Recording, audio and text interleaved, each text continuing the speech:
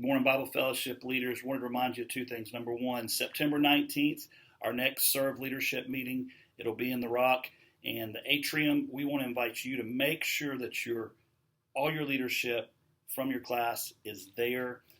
We're going to share some things coming up. I'm going to share specifically about something we're doing in October that's going to be great. But then you're going to have a chance to have your team meetings. Please be there.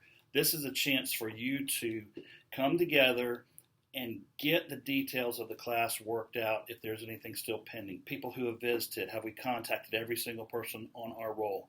Those kind of questions need to be asked every month at our team meetings, and even as the month goes on between team meetings. Secondly, this week's lesson is just going to be so applicable to growing as believers. Paul is taking the second half of Romans and he's applying how to live as a believer, specifically in the area of younger Christians who are, in their world, younger Jews and younger Gentiles.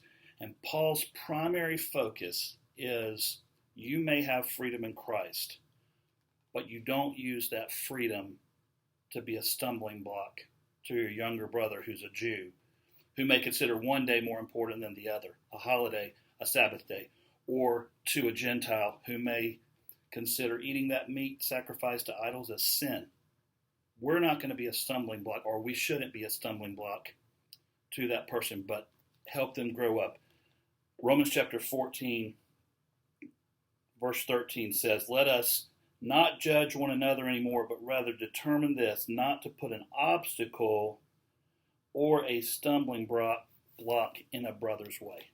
Let's encourage our people. Let's talk about what stumbling blocks might look like in our own lives. And let's encourage our people how we're going to commit to following Jesus fully.